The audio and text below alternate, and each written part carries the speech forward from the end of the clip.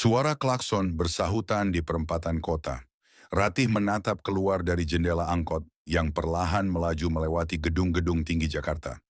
Di pangkuannya, tas belanja plastik menumpuk dengan sayur mayur segar. Peluh membasahi pelipisnya, tapi bukan hanya karena cuaca. Hatinya lebih sesak daripada udara siang itu. 3 tahun sudah ia menikah dengan Bagas, pria yang dulu ia kira akan menjadi jembatan menuju keluarga baru yang hangat. Tapi sejak awal, Ratih tahu, ia hanya tamu, bahkan mungkin hanya penyusup di rumah keluarga suaminya. Marni, abu mertua yang sejak awal menyambutnya dengan senyum tipis dan pandangan menilai dari ujung jilbab sampai ujung kaki.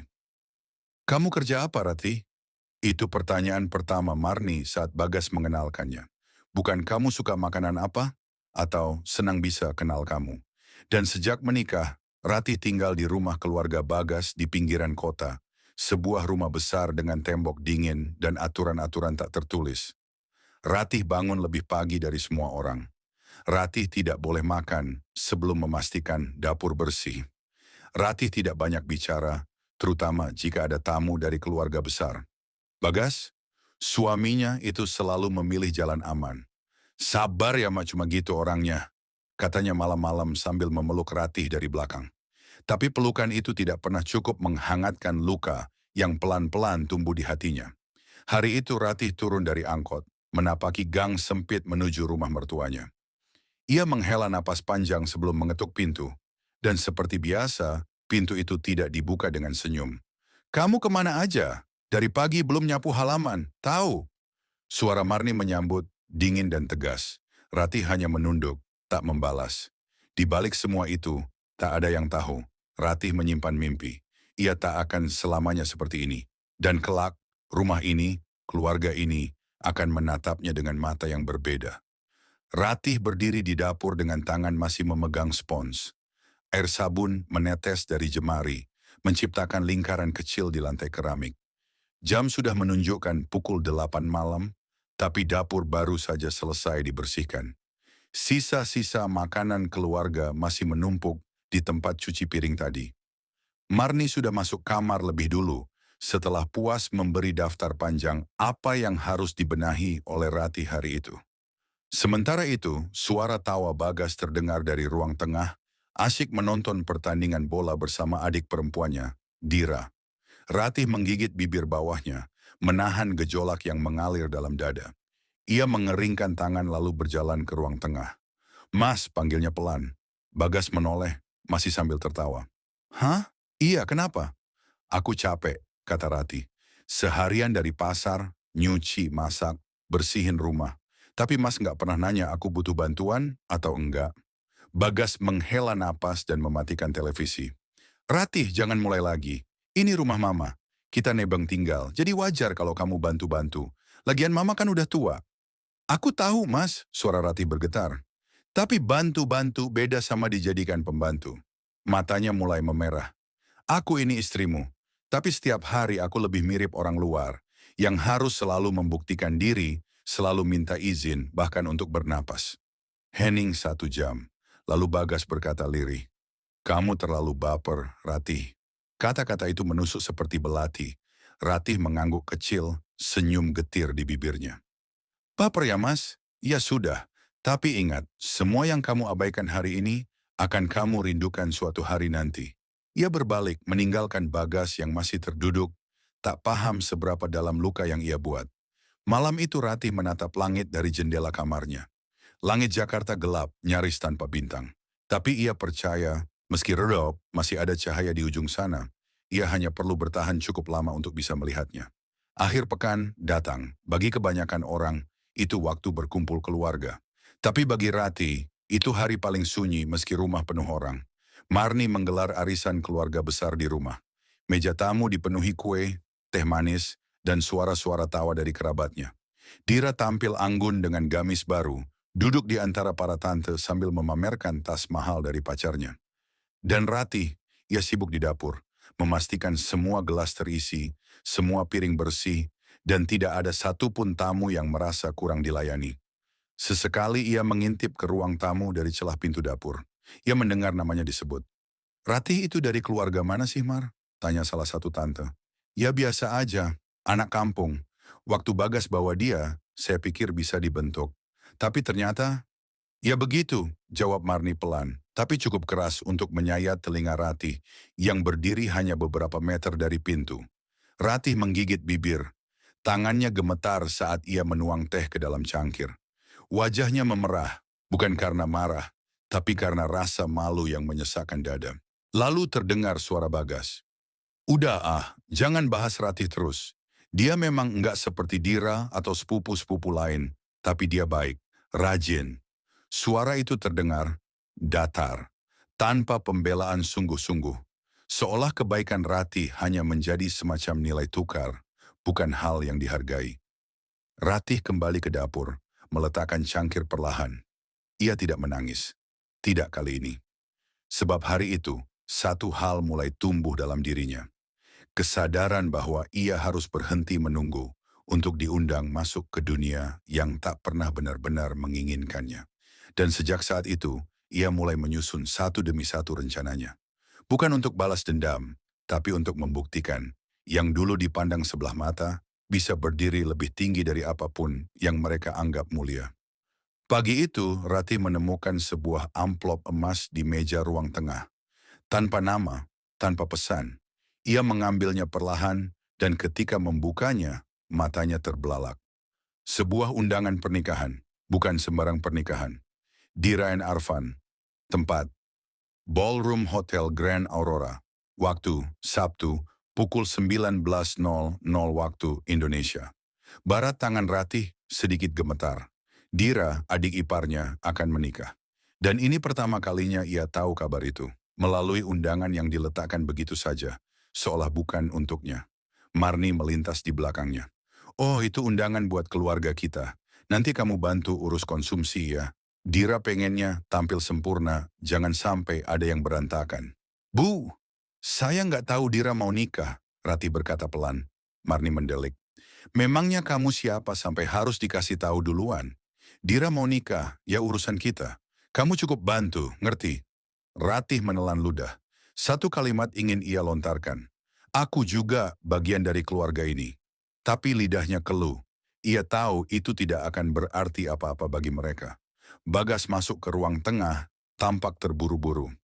Mas, kenapa kamu nggak bilang soal ini? Tanya Ratih menunjuk undangan. Bagas menghela napas. Maaf, aku lupa. Aku pikir mama udah ngomong. Nanti kamu bantu aja ya. Toh kamu biasa urus dekor dan catering. Ratih mematung. Ia bukan tamu. Ia bukan keluarga yang dirayakan. Ia hanya orang belakang panggung yang sibuk membuat segalanya terlihat indah, tapi tidak pernah cukup layak untuk berdiri di tengah. Dan malam itu, saat ia merenung sendiri di kamar kecilnya, Ratih berkata dalam hati, aku akan hadir di pernikahan itu, bukan sebagai bayangan, tapi sebagai seseorang yang akan mereka lihat. Dan akhirnya mereka sadar, selama ini merekalah yang buta. Hari pernikahan Dira akhirnya tiba. Ratih berdiri di depan cermin kecil di kamar, mengenakan gaun biru tua yang ia pinjam dari teman kerja sambil jualan online kecil-kecilan. Tak ada riasan profesional, hanya bedak tipis, eyeliner yang mulai luntur, dan lipstik lama yang hampir habis. Tapi ia tersenyum pada bayangannya. Bukan karena bahagia, tapi karena ia tahu senyum itu satu-satunya tameng yang bisa ia pakai malam ini. Saat tiba di hotel mewah tempat resepsi digelar, Ratih nyaris tak dikenali oleh keluarga besar. Beberapa sepupu Bagas menatapnya sebentar, lalu berpaling, sibuk dengan obrolan tentang tas, cincin, dan honeymoon impian Dira dan Arfan di Bali. Marni sibuk menyambut tamu dengan angkuhnya. Ketika melihat Ratih datang, ia hanya memberi anggukan singkat. Masuk dapur aja, bantu cek makanan di belakang, bisiknya, tanpa senyum. Ratih mengangguk, tapi kali ini bukan karena tunduk, melainkan karena ia ingin melihat lebih banyak. Merekam semuanya dalam hati. Di ruang dapur, Ratih melihat satu persatu catering masuk, makanan mahal tersaji dengan label kelas atas, dan koordinator acara yang tak segan-segan menyuruhnya memindahkan ini itu. Ia menuruti semua dengan diam, tapi hatinya mencatat, bahkan di hari sebesar ini, aku masih dianggap bawahan. Sampai akhirnya ketika acara berjalan, dan Bagas sedang sibuk dengan keluarga besar, Ratih keluar sebentar ke area tamu. Ia berdiri di pojok ruangan, memperhatikan Dira yang tampil bak putri raja, senyum bahagia, dikelilingi sanjungan. Salah satu tamu bertanya pada Marni, "Istrinya Bagas mana? Kok nggak kelihatan?" Marni menjawab enteng, "Ada. Lagi bantu-bantu di dapur. Ratih memang anaknya nggak suka tampil." Ucapan itu menampar Ratih lebih keras dari tamparan fisik. Ia sadar, bukan ia yang tidak suka tampil, tapi ia tidak diberi tempat untuk tampil. Dan malam itu, Ratih memutuskan dalam hatinya, "Aku akan bangkit, bukan untuk pamer, tapi untuk berdiri di atas kaki sendiri. Dan saat waktunya tiba, mereka akan melihatku, tanpa bisa berpaling." Malam pernikahan itu selesai dengan gegap gempita. Tamu pulang, lampu ballroom padam, dan sisa-sisa pesta hanya tinggal piring kotor, bunga layu, dan tubuh Ratih yang nyaris roboh. Di rumah, suara tawa keluarga besar Dira masih terdengar dari ruang tengah. Mereka membicarakan betapa wah pesta tadi, dan bagaimana Dira sangat beruntung mendapatkan Arfan yang mapan dan berpendidikan tinggi. Di dapur, Ratih menyeduh teh untuk dirinya sendiri. Tangannya gemetar kelelahan, tapi ia tak bisa tidur. Matanya menatap kosong ke arah gelas. Bagas datang, menyender di kusen pintu. "Tehnya buat aku juga?" tanyanya ringan. Ratih menoleh pelan. "Enggak, buat aku sendiri. Aku butuh tenang."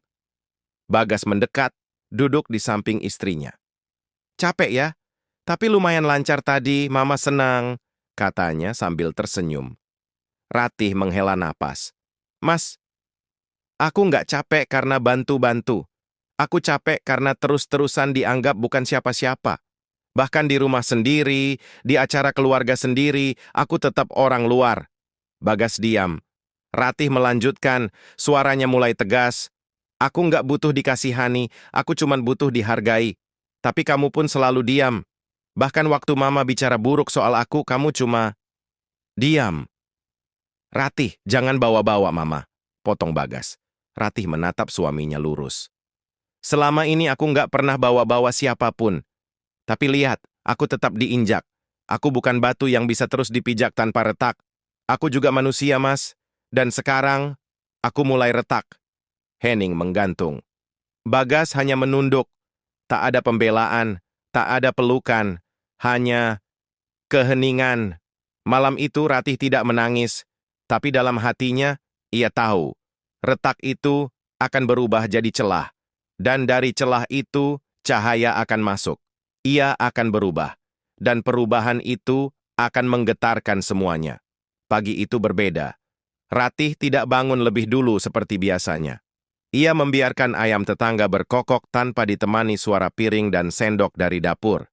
Ia duduk di depan cermin kamarnya, mengenakan blus sederhana tapi rapi, dan mengikat rambutnya dengan sanggul kecil. Bagas yang baru bangun terlihat heran. "Kamu nggak masak?" Ratih menoleh pelan. "Mas, aku mau kerja." "Kerja?" Bagas memicingkan mata. "Aku dapat tawaran dari Bu Ningsih, pelanggan lama pas aku jualan online dulu. Dia butuh admin buat tokonya. Sederhana tapi gajinya cukup. Aku mau coba," katanya mantap. Bagas tampak ragu. "Kamu yakin? Nanti Mama..." "Aku tahu Mama nggak akan suka. Tapi ini hidupku. Aku nggak bisa terus hidup buat nyenengin orang yang bahkan nggak pernah nganggap aku ada." Bagas terdiam. Sementara itu, dari ruang tengah terdengar suara Marni memanggil, "Ratih, kenapa belum masak?" Ratih berdiri, membuka pintu kamar, lalu dengan tenang menjawab, "Maaf Bu, mulai hari ini saya kerja. Makan siang bisa dipesan lewat catering, atau mungkin Dira bisa bantu masak sekarang." Marni berdiri. Wajahnya berubah. "Kamu bilang apa? Kerja? Nggak usah sok sibuk. Kamu itu tinggal di rumah saya, harus tahu diri." Ratih melangkah mantap menuju pintu keluar. Ia tak menengok, tak membalas. Hanya satu kalimat yang terucap sebelum ia pergi. "Selama ini saya diam bukan karena lemah, tapi karena saya sedang belajar, memilih waktu yang tepat untuk bangkit.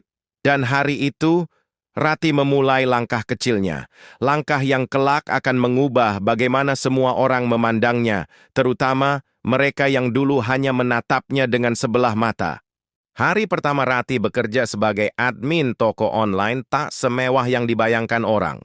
Ia duduk di ruangan kecil yang juga dijadikan gudang barang, bau plastik, kardus, dan parfum campur aduk jadi satu. Komputernya lama, koneksi kadang ngadat. Tapi di mata Ratih, tempat ini lebih lapang dari rumah mertua yang luas tapi menyesakkan. Bu Ningsih, wanita paruh baya yang tegas tapi ramah, menyambutnya dengan hangat. Aku lihat kamu punya ketelitian. Jualan online nggak cuma soal upload, tapi juga ngurus pelanggan. Bisa kan? Ratih mengangguk yakin. Saya siap belajar, Bu. Jam demi jam berlalu. Ratih terbata-bata menjawab chat pembeli, salah input resi, bahkan sempat panik saat paket nyasar. Tapi ia tetap tenang. Ia mencatat semua, belajar dari tiap kesalahan, dan tak sekalipun mengeluh. Sementara itu, di rumah, suasana mulai berubah. Marni berkali-kali mengeluh karena tak ada yang menyapu, mencuci, dan memasak. Dira sibuk sendiri, tak mau menggantikan peran Ratih. Dan Bagas, ia mulai merasa risih karena ibunya terus mengomel sepanjang hari. Ratih itu egois, kata Marni. Sudah dikasih tempat tinggal, sekarang malah sok-sokan kerja. Mau cari muka di luar ya? Bagas hanya diam. Tapi benaknya mulai terusik. Dulu rumah ini selalu rapi, ibunya tak pernah kehabisan makanan dan semuanya berjalan lancar karena Ratih. Kini ia baru sadar, ketika Ratih pergi, semua kenyamanan ikut menghilang. Di sisi lain, Ratih pulang dengan peluh dan senyum.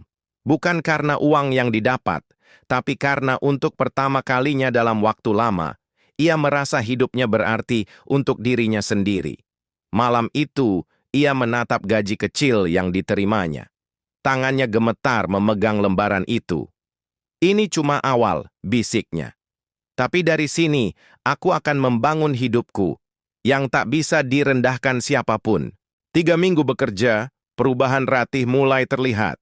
Ia bukan lagi wanita yang hanya berdiri di dapur, menunggu perintah. Ia menjadi seseorang yang belajar cepat, disiplin, dan kini semakin percaya diri. Bu Ningsih sering memujinya di depan staf lain. Ratih ini teliti, pembukuan jadi rapi sejak dia masuk. Tapi tidak semua orang senang dengan perubahan itu. Di rumah, Marni merasa kekuasaan kecilnya mulai terancam. Kamu pulang kerja langsung masuk kamar. Rumah ini bukan kos-kosan, tahu? Sentaknya suatu malam, saat Ratih baru pulang dan belum sempat berganti baju. Ratih berhenti di depan tangga, menatap mertuanya lurus. Saya pulang kerja bawa uang, Bu. Bukan pulang dari arisan bawa gosip. Kalau rumah butuh saya bantu, bilang baik-baik. Saya bukan pembantu, saya menantu. Kata-kata itu membuat Bagas yang duduk di ruang tengah terdiam. Marni memucat. Kurang ajar kamu sekarang ya, seru Marni. Apa kamu sudah lupa diri karena dapat gaji receh? Ratih menahan napas, tapi bukan untuk mengalah, melainkan untuk menjaga agar tidak meledak. Bukan soal besar kecilnya gaji, Bu. Tapi ini uang dari keringat saya sendiri. Dan dari uang kecil inilah saya mulai punya harga diri yang tidak bisa ibu beli. Keesokan harinya Marni melapor ke Bagas. Istrimu makin kurang ajar, kamu harus kasih tahu dia siapa yang berkuasa di rumah ini. Tapi Bagas hanya terdiam. Ia melihat Ratih semakin bersinar, sementara rumah ini semakin keruh. Dan diam-diam, ia mulai cemburu. Cemburu pada keberanian Ratih. Cemburu pada keteguhan istrinya yang tidak ia miliki. Dan untuk pertama kalinya, Ratih mulai terlihat jauh lebih tinggi dari laki-laki yang dulu membuatnya menunduk. Hari itu, Ratih datang lebih awal ke toko. Ia duduk di pojok meja dengan laptop butut yang mulai panas, mengatur stok barang dan mencatat laporan harian. Bu Ningsih mendekat dengan wajah serius. Ratih, aku ada tawaran buat kamu, katanya. Ratih menghentikan ketikannya. Tawaran apa, Bu? Kamu bantu banyak di sini. Aku mau buka cabang baru di pusat kota. Tapi aku butuh orang yang bisa dipercaya untuk pegang manajemen awalnya. Tempat kecil dulu, tapi kepercayaan besar. Kamu siap? Ratih tertegun. Pikirannya langsung melayang ke rumah, ke wajah Marni yang terus mencibir, ke tatapan Bagas yang mulai dingin, dan ke kamar sempit yang selama ini jadi satu-satunya tempat ia bisa bernapas. Ia menatap Bu Ningsih, penuh rasa haru. Saya siap, Bu. Sore harinya ia pulang membawa kabar itu. Dengan hati-hati ia mengajak Bagas bicara di kamar. Mas, aku dapat kepercayaan dari Bu Ningsih. Kalau aku kerja di cabang barunya, mungkin harus lebih sering di luar, bisa sampai malam. Bagas mengernyit. Jadi kamu bakal makin sibuk? Iya, tapi ini peluang besar, Mas. Gajinya juga naik. Kita bisa mulai cicil hidup sendiri, mungkin nabung buat rumah kontrakan kecil. Bagas tertawa sinis. Rumah? Kamu udah mikir sejauh itu? Baru kerja sebentar aja kamu udah mau pisah dari rumah ini? Ratih menatap suaminya dalam-dalam. Aku cuma pengen hidup kita punya arah, Mas. Bukan terus-terusan tinggal di bawah bayang-bayang orang tua. Tapi ini rumah ibuku, Bagas membentak. Dan kamu harus tahu diri. Ratih menahan napas. Sakit, tapi ia tak menangis. Saya tahu diri, Mas. Justru karena itu saya nggak mau terus-terusan menggantungkan hidup pada orang yang hanya mau saya diam dan patuh.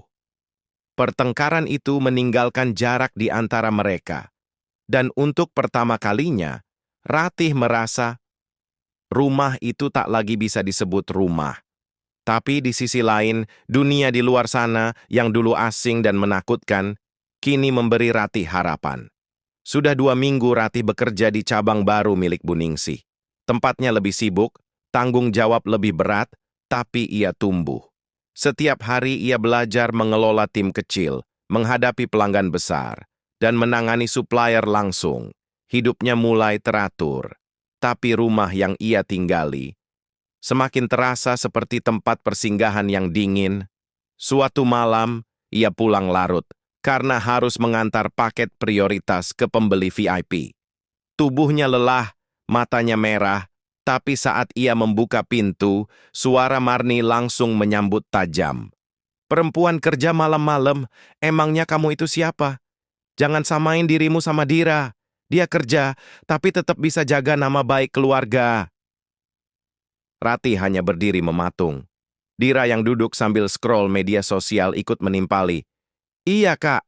Kamu tuh istri, bukan kepala rumah tangga. Harus tahu batas. Ratih menatap keduanya. Hening. Dalam hatinya, tak ada kemarahan lagi. Yang tersisa hanya kehilangan. Bukan kehilangan kasih mereka, karena ia tahu itu memang tak pernah benar-benar ada. Tapi kehilangan rasa pulang di tempat ia tinggal. Malam itu, Ratih tidak masuk kamar. Ia duduk di teras, menatap langit, memeluk jaket tipisnya sambil menahan dingin. Dan ia akhirnya menulis sesuatu di ponselnya. Sebuah pesan untuk Bu Ningsih.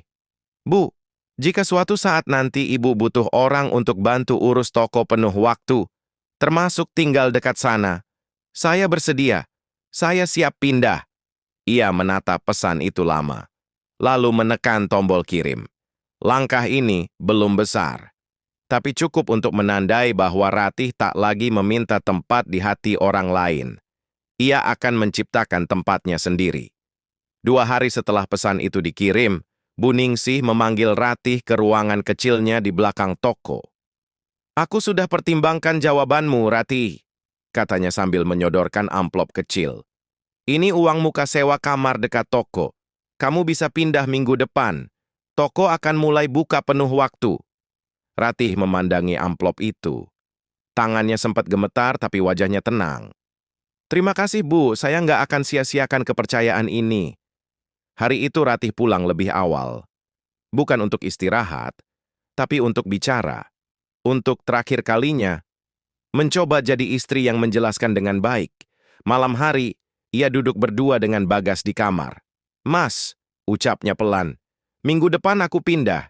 Aku akan tinggal di kamar sewa dekat tempat kerja. Aku nggak minta Mas ikut. Tapi aku harap Mas bisa mengerti. Bagas menatap Ratih lama. Tak percaya. Kamu serius? Kamu ninggalin rumah ini?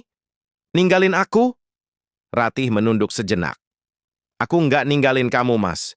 Aku hanya berhenti menunggu perubahan dari tempat yang nggak pernah menghargai aku. Aku capek berharap. Kamu istri aku, Ratih. Bagas berdiri, suaranya mulai naik. Kamu nggak bisa pergi semaumu. Ratih berdiri perlahan. Wajahnya datar tapi penuh luka yang sudah membatu. Justru karena aku istrimu, aku sudah bertahan sejauh ini. Tapi kamu juga tahu, Mas. Kamu lebih banyak diam daripada berdiri untuk aku. Sekarang, biar aku yang berdiri. Untuk diriku sendiri. Suara detik jam terdengar nyaring. Tak ada lagi yang bisa dikatakan. Tak ada pelukan. Tak ada permintaan maaf.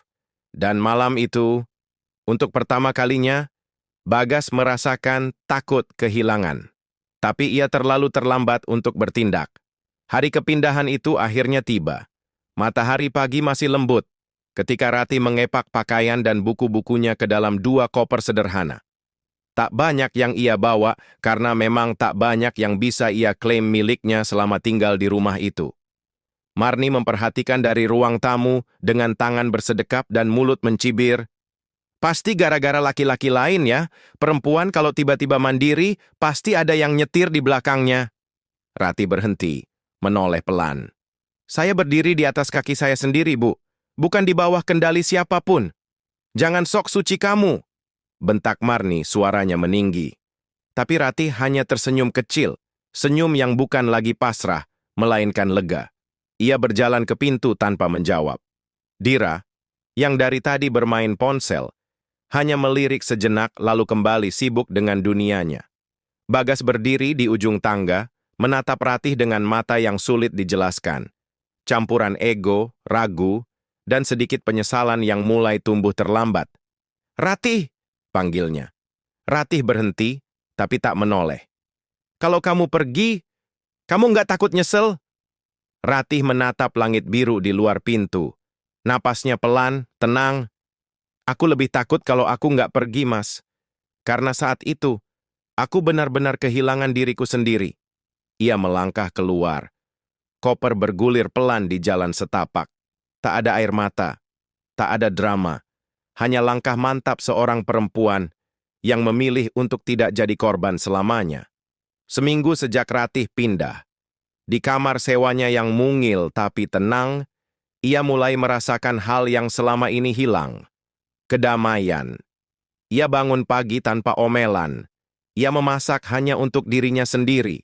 Dan malam-malamnya diisi suara sunyi, bukan sindiran.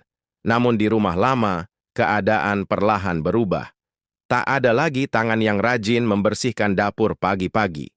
Tak ada lagi yang mengganti galon air tanpa diminta. Dira mulai kesal karena harus mencuci bajunya sendiri. Marni mengomel karena jemuran bau apek. Dan yang paling terganggu adalah Bagas. Pulang kerja, ia masuk rumah yang gelap. Tak ada aroma masakan. Tak ada senyum Ratih menyambut. Hanya suara TV yang dibiarkan menyala dan ibunya mengeluh tentang ini itu. Hari ini aku hampir kepleset di dapur. Nggak ada yang ngepel. Seru Marni. Kamu tuh suami macam apa? Biarkan istrimu kabur begitu aja? Bagas hanya diam.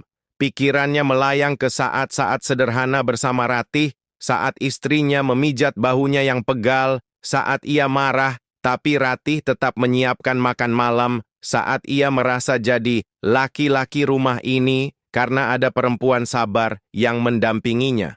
Dan kini, semua itu hilang, digantikan sepi dan kemarahan. Malamnya, Bagas membuka galeri ponsel. Ada foto Ratih yang tersenyum malu saat mereka baru menikah. Dan untuk pertama kalinya sejak lama, matanya berkaca-kaca. Ia membuka WhatsApp, jarinya gemetar saat mengetik. Ratih, kamu apa kabar di sana? Kalau kamu butuh apa-apa bilang aja. Aku bisa bantu. Tapi belum sempat dikirim, ia menghapus pesan itu. Karena jauh di dalam hatinya, ia tahu Ratih tak butuh bantuan. Ratih hanya butuh dihargai. Dan itu yang dulu tak pernah ia berikan. Hari demi hari berlalu. Ratih kini bangun dengan semangat yang berbeda. Ia bukan lagi perempuan yang menunduk ketika dibentak atau diam saat diremehkan. Kini, Ia mengelola cabang toko dengan penuh tanggung jawab dan kepercayaan diri. Bu Ningsih sering memujinya di depan pelanggan. Kalau bukan karena Ratih, toko ini nggak akan selancar ini, ujarnya bangga. Suatu hari, toko didatangi seorang wanita sosialita, langganan Bu Ningsih. Ini karyawan barumu? Wah, rapi dan tangguh. Sudah seperti pemilik toko, katanya sambil tersenyum ke Ratih. Ratih hanya tersenyum, ia tak lagi malu, tak lagi merendahkan diri, karena kini ia tahu dirinya layak dihormati. Malam itu, ia duduk di kamarnya, mengecek saldo rekening yang mulai bertambah. Ia tak kaya, tapi cukup untuk hidup dengan kepala tegak. Dan cukup untuk satu keputusan besar. Ratih mendaftarkan namanya untuk kursus online manajemen bisnis. Sementara itu, di rumah lamanya, Bagas diam-diam memantau media sosial. Ia melihat foto yang diunggah Bu Ningsih, Ratih berdiri di depan toko, memegang papan bertuliskan supervisor cabang baru. Marni melihat dari balik bahu anaknya. "Itu Ratih?" Tanyanya dengan suara tak senyaring biasanya. Bagas hanya mengangguk. Marni mendengus pelan, tapi kali ini tak ada kata hinaan yang keluar. Karena dalam hati kecilnya, ia tahu perempuan yang dulu ia rendahkan, kini berdiri lebih tinggi dari apapun yang ia bayangkan. Dan malam itu, untuk pertama kalinya, mereka semua menyadari satu hal. Kehilangan Ratih bukan hanya kehilangan sosok menantu, tapi kehilangan cahaya yang selama ini mereka matikan sendiri. Hari itu, toko sedang ramai saat Ratih baru selesai rapat mingguan dengan tim. Ia duduk di meja kasir saat suara tak asing menyapanya. Suara yang dulu ia rindukan, tapi kini terdengar asing. "Ratih!" Ratih menoleh. Di depan pintu berdiri Bagas, mengenakan kemeja kusut, wajahnya letih. Di belakangnya, tampak Marni berdiri canggung, entah karena lelah atau malu. Beberapa karyawan memperhatikan. Ratih berdiri pelan, menghampiri mereka keluar toko agar tak jadi tontonan. "Kalian ada perlu?" tanyanya. Tenang, tapi tegas. Bagas menunduk, lalu berkata lirih, "Aku cuma pengen lihat kamu, dan bilang, aku minta maaf." Marni terdiam. Matanya tak lagi setajam dulu. "Kamu sekarang beda, Ratih," gumamnya. "Kami lihat fotomu, kamu sudah sejauh ini, ya?" Ratih tak langsung menjawab. Ia menatap dua wajah itu, wajah yang dulu membuatnya merasa kecil, tak berharga. "Aku nggak marah, aku juga nggak balas dendam," ujarnya pelan. "Tapi aku belajar, menghargai diriku sendiri." Bagas menelan ludah, suaranya gemetar. "Kamu masih mau pulang?" Ratih tersenyum tipis. "Aku nggak pernah benar-benar pergi, Mas. Kalianlah yang membiarkan aku hilang. Dan sekarang, aku sudah menemukan rumahku sendiri, di sini. Di tempat aku dihargai, bukan hanya dibutuhkan." Marni mencoba bicara, tapi Ratih mengangkat tangan pelan, memberi isyarat cukup. "Aku harap kalian baik-baik saja. Tapi tolong, jangan datang hanya saat kalian merasa kehilangan. Hargai seseorang saat dia masih ada, bukan saat dia sudah tak butuh kembali." Ia melangkah masuk kembali ke toko. Langkahnya tegap tanpa ragu. Di balik punggungnya, Bagas dan Marni hanya bisa berdiri mematung. Di luar, di belakang, dan tertinggal. 2 minggu setelah pertemuan itu, hidup Ratih semakin stabil. Ia tak hanya mengelola toko, tapi juga sering diminta mengisi pelatihan untuk karyawan baru di cabang lain. Sore itu, setelah menutup toko, Bu Ningsih mengajak Ratih berbincang di kafe kecil dekat ruko. Suaranya serius, tapi penuh kebanggaan. "Ratih, aku mau kamu pikirkan satu hal." Ratih mengangkat alis. "Apa itu, Bu?" "Aku mau buka cabang baru di kota sebelah, tapi aku nggak mau cari orang luar. Aku mau kamu jadi mitra. Aku modalin, kamu jalankan. Kamu akan jadi pemilik sekaligus pengelola. Ini bukan tawaran main-main." Ratih terdiam. Hatinya bergetar. Ini lebih dari sekadar pekerjaan. Ini kesempatan hidup. "Mitra?" Ratih nyaris berbisik. "Iya, bukan bawahan, bukan karyawan, tapi rekan," tegas Bu Ningsih. Malamnya Ratih menatap selembar kertas kontrak yang diberikan padanya. Ia menandatanganinya dengan tangan mantap, tanda bahwa langkahnya kini tak bisa dihalangi siapapun lagi. Sementara itu, di rumah lamanya, Bagas duduk termenung di ruang tamu. Televisi menyala, tapi pikirannya kosong. Marni diam saja, tak lagi banyak bicara. Rumah itu sunyi dan sepi. Ratih udah dibicarain orang sekampung, gumam Marni lirih. Sekarang dia punya usaha sendiri. Dulu kita kira dia cuman pembantu. Bagas memejamkan mata. Satu kalimat terngiang di kepalanya. Saat kamu meremehkan seseorang hari ini, bisa jadi besok dia akan berdiri di tempat yang bahkan tak bisa kamu jangkau. Hari pembukaan cabang baru menjadi momen yang tak akan pernah Ratih lupakan. Spanduk bertuliskan Grand Opening Toko Lestari, cabang utama, membentang di atas pintu. Rangkaian bunga memenuhi sisi kanan dan kiri. Beberapa rekan bisnis, pelanggan setia, dan masyarakat sekitar ikut hadir. Ratih berdiri di tengah keramaian dengan senyum lebar. Ia tak lagi sekadar karyawan, hari ini ia adalah pemilik usaha, dan semua itu ia raih dengan luka, air mata, dan tekad yang tak bisa dipatahkan siapapun. Bu Ningsih berdiri di sampingnya, menggenggam tangan Ratih dengan bangga. Lihat Ratih, kamu bukan lagi perempuan yang dipandang sebelah mata. Sekarang orang-orang menengadah saat menyebut namamu. Sore itu, setelah acara selesai, Ratih menerima satu tamu yang tak disangka. Dira, adik iparnya yang dulu paling meremehkan. "Teh," katanya canggung. "Aku pengen minta maaf." Ratih terkejut. Dira menunduk, tak lagi arogan. "Aku lihat sendiri perjuangan Teteh. Aku dulu pikir Teteh cuma numpang hidup. Tapi sekarang aku ngerti. Justru Teteh yang punya keberanian hidup sesungguhnya." Ratih menghela napas. Ia tak menyimpan dendam. Tapi ia juga tak akan membuka pintu seperti dulu. "Aku maafin, Dir. Tapi biar waktu yang menentukan apakah kepercayaan itu bisa kembali." Dira mengangguk pelan. "Kalau Teteh ada lowongan, aku pengen belajar. Dari Teteh." Ratih menatapnya. Ada rasa getir, tapi juga bangga. Mungkin inilah keadilan hidup yang sebenarnya. Bukan balas dendam, tapi pembuktian. Langit senja menggantung temaram saat Ratih tengah membereskan pembukuan toko barunya. Suasana tenang, hingga suara pelan mengetuk pintu kaca. Ratih menoleh dan melihat Bagas berdiri di luar. Ia tampak lebih kurus, lebih lusuh, dan lebih tenang dari sebelumnya. Ratih membuka pintu tanpa banyak kata. "Ada apa, Mas?" tanyanya. Suaranya datar namun tak dingin. Bagas menghela napas panjang. "Aku nggak datang buat minta kamu pulang. Aku tahu itu sudah nggak mungkin." Ratih menunggu. Tidak mengangguk, tidak pula memotong. "Aku datang karena pengen bilang makasih. Karena setelah kamu pergi, aku akhirnya belajar jadi laki-laki sebenarnya. Yang nggak cuma dilayani, tapi juga bertanggung jawab." Ia mengeluarkan sebuah map kecil, lalu menyodorkannya. "Aku udah urus surat cerai kita. Aku nggak mau jadi beban masa depanmu." Ratih menatap map itu. Tangannya gemetar sesaat. Bukan karena sedih, tapi karena ini akhir dari lembar panjang yang dulu ia genggam erat dengan harapan. "Kamu yakin?" tanyanya pelan. Bagas mengangguk.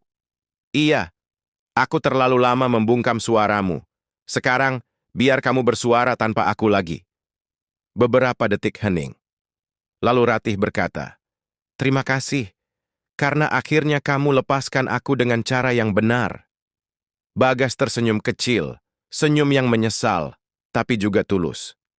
"Aku nggak minta kamu balik, tapi kalau suatu hari nanti kita ketemu lagi, aku harap kamu nggak lagi lihat aku sebagai suami yang gagal, tapi sebagai orang yang pernah belajar dari kepergianmu." Ratih tak berkata apa-apa lagi. Ia hanya mengangguk, lalu menutup pintu dengan pelan. Di belakangnya, toko kembali sunyi. Tapi hatinya, tidak. Untuk pertama kalinya Ratih merasa bebas. Benar-benar bebas. Pagi itu, Ratih berjalan di antara rak-rak toko yang mulai dipenuhi produk lokal yang ia bantu kurasi sendiri. Ia tersenyum ketika melihat dua karyawan baru sibuk melayani pelanggan, termasuk Dira, yang kini telah 2 minggu bekerja di bawah bimbingannya. "Teh Ratih," sapa Dira sambil membawa laporan penjualan. "Aku masih banyak belajar ya, tapi aku janji bakal serius." Ratih tersenyum. "Kamu sudah mulai berubah, Dir. Aku lihat usahamu. Itu cukup." Setelah bertahun-tahun dianggap tak lebih dari pelengkap rumah tangga, kini Ratih jadi pusat dari lingkaran kecil yang ia bangun sendiri. Toko yang tumbuh, tim yang solid, dan komunitas lokal yang mulai percaya pada kepemimpinan perempuan sepertinya. Siang itu, ia menghadiri undangan dari Dinas Koperasi Kota sebagai pembicara. Di sana, ia bercerita tentang perjuangannya dari seorang istri yang diremehkan hingga menjadi pemilik usaha yang mandiri. Peserta yang hadir terdiam haru ketika Ratih mengatakan, "Dulu saya berpikir saya harus diterima dulu baru bisa merasa berharga. Tapi ternyata, kita harus merasa berharga dulu, baru orang lain bisa melihat nilai kita." Tepuk tangan memenuhi ruangan. Beberapa perempuan menangis, merasa kisah Ratih adalah cermin dari luka mereka sendiri. Sore harinya, Ratih duduk di balkon kamarnya, memandang langit yang mulai jingga. Ia menyesap teh hangat, dan untuk pertama kali dalam hidupnya, ia tak merasa takut pada hari esok. Bukan karena semuanya sempurna, tapi karena kini ia tahu, ia mampu berjalan sendiri, dan tak ada siapapun lagi yang bisa mematikan cahaya dalam dirinya. Suatu pagi yang cerah, Ratih menghadiri seminar wirausaha perempuan di kota. Ia duduk di antara para pemilik usaha kecil yang antusias, tak menyangka akan menikmati suasana yang dulu terasa asing. Selesai sesi panel, seorang pria menghampirinya. Tinggi, berkemeja sederhana, dan senyum ramah. "Ratih, ya? Saya Raka," katanya sambil mengulurkan tangan. "Saya sering dengar cerita tentang ibu dari Bu Ningsih. Ternyata orangnya lebih hebat dari yang saya bayangkan." Ratih tersenyum sopan. "Ah, Bu Ningsih memang suka melebih-lebihkan." Raka tertawa ringan. "Mungkin, tapi hari ini saya dengar sendiri ibu bicara. Dan saya rasa, beliau bahkan belum menceritakan setengah dari kekuatan yang ibu punya." Mereka berbincang tentang bisnis, tentang dunia UMKM, tentang tantangan menjadi pemimpin perempuan. Tapi di sela percakapan, Ratih merasakan sesuatu yang dulu pernah hilang. Kehangatan yang tidak memaksa. Hari-hari setelah itu, Raka beberapa kali datang ke toko. Bukan dengan cara mendekat yang agresif, tapi lewat obrolan ringan dan tawaran kerja sama supplier lokal yang ia kelola. Dira menggoda, "Teh, Mas Raka itu perhatian banget loh. Jarang ada cowok datang buat ngobrolin soal sayur organik tapi betah 2 jam di toko." Ratih hanya tertawa. Ia belum membuka hatinya. Tapi untuk pertama kalinya, ia tak buru-buru menutupnya juga. Bukan karena ia ingin dicintai, tapi karena ia tahu, kali ini, cintanya tidak akan datang dari rasa butuh, tapi dari rasa cukup. Pagi itu, Ratih sedang mengecek stok gudang saat suara langkah terburu-buru terdengar dari arah depan toko. "Teh Ratih, ada tamu. Penting," bisik Dira. Ketika Ratih keluar, hatinya seperti berhenti berdetak sesaat. Marni berdiri di sana.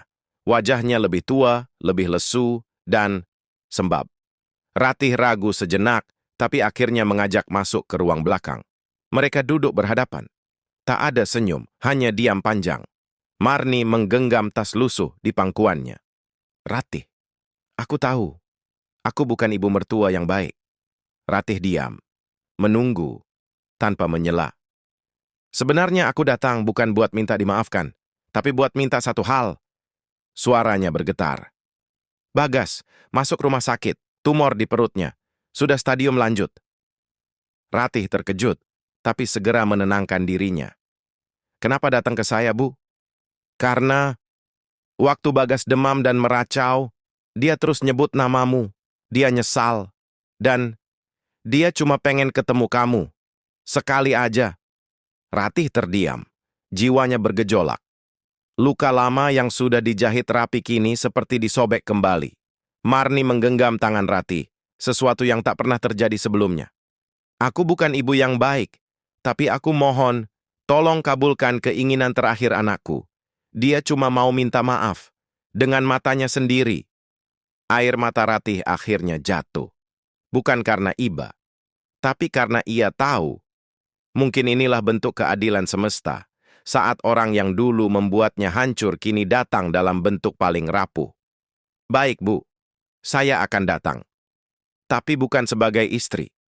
Saya datang sebagai manusia yang pernah disakiti dan sudah memilih untuk memaafkan. Marni menangis.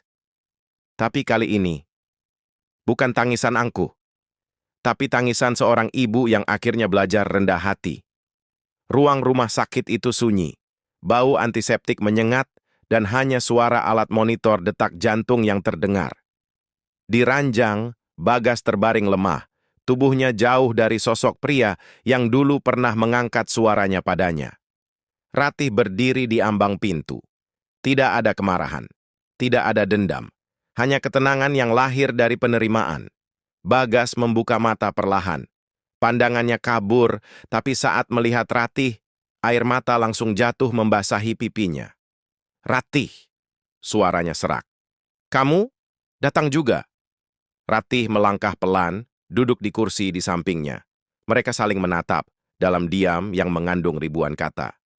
Aku salah. Aku terlalu angkuh, terlalu bodoh. Dan sekarang aku cuma minta satu hal. Ratih menunduk, menahan getar di dadanya. Maafkan aku. Bukan buat kamu kembali, tapi biar aku bisa pergi dengan tenang, lanjut Bagas dengan suara lirih. Butuh waktu beberapa detik sebelum Ratih menjawab, lirih namun tegas. Aku sudah memaafkanmu, Bagas. Bahkan sejak aku memilih pergi. Tapi kamu harus tahu, luka yang kamu beri mengubahku, membuatku kuat. Dan untuk itu, aku juga berterima kasih. Air mata mengalir di pipi Bagas. Tangannya mencoba meraih tangan Ratih. Dan kali ini, Ratih menggenggamnya, hangat. Tapi juga sebagai tanda perpisahan. Sampai sini, Mas. Kamu pernah jadi bagian hidupku. Tapi ini saatnya aku benar-benar melangkah ke hidup baruku. Bagas tersenyum lirih, dan untuk pertama kalinya Ratih melihat keikhlasan di wajah pria itu. Jaga dirimu, Ratih, bisiknya. Kamu pantas bahagia. Beberapa hari setelah pertemuan terakhir itu, kabar duka datang. Bagas telah berpulang dengan tenang. Ratih datang ke pemakaman bukan sebagai janda yang meratap, melainkan sebagai seseorang yang telah berdamai dengan masa lalu. Ia berdiri tak jauh dari pusara, menatap ke tanah merah yang basah. Marni memeluknya sambil menangis sesenggukan. Terima kasih sudah datang, Ratih. Maafkan semua yang pernah aku lakukan padamu dulu. Ratih mengangguk pelan. Saya maafkan, Bu. Mari kita akhiri semua luka di sini. Marni menggenggam tangan Ratih, dan kali ini bukan untuk mengendalikan, melainkan untuk meminta maaf dengan tulus. Sebuah awal yang baru, tanpa kebencian. Beberapa minggu kemudian, suasana di toko kembali sibuk dan hangat. Dira mulai dipercaya memegang keuangan cabang baru. Toko Ratih semakin dikenal, dan ia mulai sering diundang sebagai mentor UMKM perempuan. Di satu sore yang tenang, Raka kembali datang, membawa 2 gelas kopi dan senyum khasnya. Aku lihat kamu makin sibuk, tapi wajahmu nggak pernah kelihatan capek. Ratih tertawa pelan, karena sekarang aku kerja buat diriku sendiri, dan aku bahagia. Raka duduk di sampingnya. Kalau suatu hari, kamu siap buat membuka hati lagi, bukan sekarang, tapi nanti. Apa kamu keberatan kalau aku tetap ada di sini? Ratih menatapnya, tidak menjawab langsung, tapi senyumnya cukup untuk menjelaskan segalanya. Ia tidak lagi mencari cinta, tapi jika cinta datang, ia akan menerimanya sebagai hadiah, bukan pelarian. Di kamar kecil yang dulu penuh isak diam-diam, kini duduk seorang perempuan yang berbeda. Ratih menyalakan lampu meja. mengambil buku catatan cokelat yang dulu sering ia pakai untuk menyembunyikan tangis dalam tulisan. Tapi hari ini, ia menulis bukan untuk melarikan diri. Ia menulis untuk merayakan. Untuk Ratih, perempuan yang dulu dipandang sebelah mata, kamu pernah merasa tak cukup baik. Kamu pernah percaya bahwa cinta harus didapat dengan pengorbanan yang menyakitkan. Tapi sekarang kamu tahu, kamu tak harus berubah untuk diterima. Kamu hanya perlu mencintai dirimu sendiri lebih dulu. Kamu bertahan saat dunia mengecilkanmu. Kamu bangkit saat tak ada yang mendukung. Dan ketika orang-orang yang menyakitimu datang memohon pengertian, kamu tidak membalas dengan dendam, tapi dengan harga diri. Hari ini, kamu tidak hanya bebas. Kamu menang. Bukan karena kamu meninggalkan mereka, tapi karena kamu menemukan dirimu yang sesungguhnya. Ratih menutup bukunya, menarik napas panjang, lalu tersenyum. Di luar, matahari senja jatuh pelan ke balik bukit. Cahaya keemasan menari di jendela toko kecilnya. Pelanggan mulai berdatangan dan karyawan menyambut mereka dengan ramah. Dan Ratih berdiri di tengah semua itu. Bukan lagi sebagai istri dari siapapun, bukan lagi sebagai korban dari siapapun, tapi sebagai perempuan yang memilih dirinya sendiri dan tak pernah menyesal karenanya.